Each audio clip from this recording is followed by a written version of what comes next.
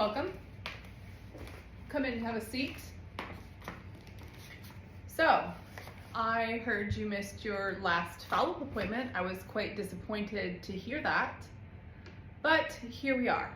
So, let me get your vital signs and then we will talk about why you're here.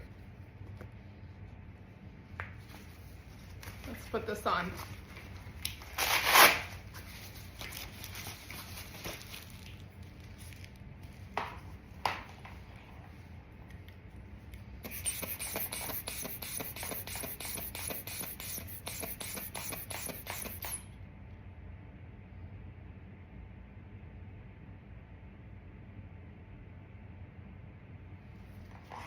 Okay, your blood pressure is actually very much improved.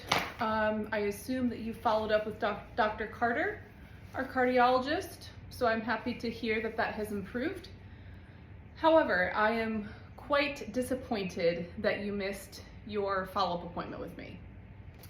You say you missed the appointment because you didn't have money to proceed with any of the enlargement options. Okay, well, that's unfortunate to hear. Did you try the shaving that I prescribed to you? Did you shave your area? Okay, and has that helped at all? Did you try the panties?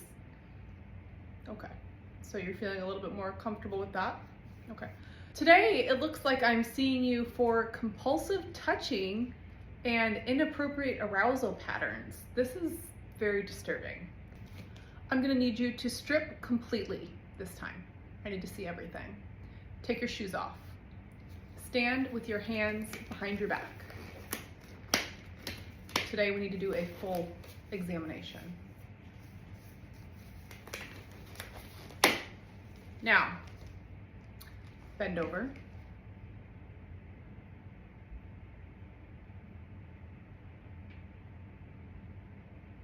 Cough. Okay. So, let me probe around here. Well, it almost looks even smaller. I don't know if that's possible, but it looks almost smaller than it did last time, somehow. Even with the shaving, it's smaller than I remember, which is very disturbing. I'm happy to see the antibiotics worked. The odor is gone. Obviously it didn't do anything for your size. Now you say that you can't stop touching yourself. Well, I imagine part of the problem is because you've never had intercourse, that you have no other option but to try to satisfy yourself. So, sounds like a very lonely lifestyle, but it sounds like things are getting a little out of hand. Since you can't stop touching yourself, we're gonna have to do something about that. I see only one solution for your problem, and that is what we call chastity.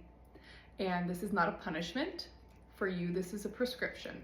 Your so-called manhood has done nothing but distract you. It clouds your mind, it wastes your energy. So from now on, I'll be keeping it nice and secured, locked up. You're to be locked at all times. You will wake up in chastity. You will go to work in chastity. If you go to the gym, which I doubt you do, you will go to the gym in chastity.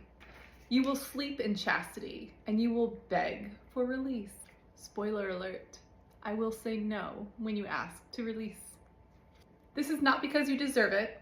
It's to remind you of who you belong to and to make sure that you keep your appointments. Let's touch on the fact that you missed your last appointment. I can't help you if you don't show up to your appointments. Do you understand me? Okay. Now, let's go over your daily protocol. Every morning, you are to send me photographic evidence that you are still locked. Midday, you will write, "My pleasure belongs to her," 25 times by hand. In the evening, you will journal your submissive urges and any accidental arousals that might happen. All of your documentation will be reviewed and inspected appropriately. Now, if I detect unauthorized arousal or that you've been leaking, I will be alerted. Your device is equipped with biometric monitoring. I see your spikes and your desperation all in real time, and I will be watching. Imagine what that does to a little man like you.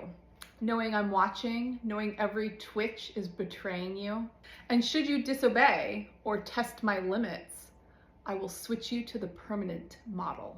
It's tamper-proof, stainless steel, and only my fingerprint opens it. During this process, you're gonna forget what it feels like to be aroused. You'll exist in service and denial, locked in chastity, because I say so. And that is the only reason that matters. I am your doctor, and I have the ultimate authority over what happens to that. Now get dressed. Your treatment begins immediately. You'll receive your first denial schedule as you exit the building. You're dismissed, locked and forgotten. Ciao.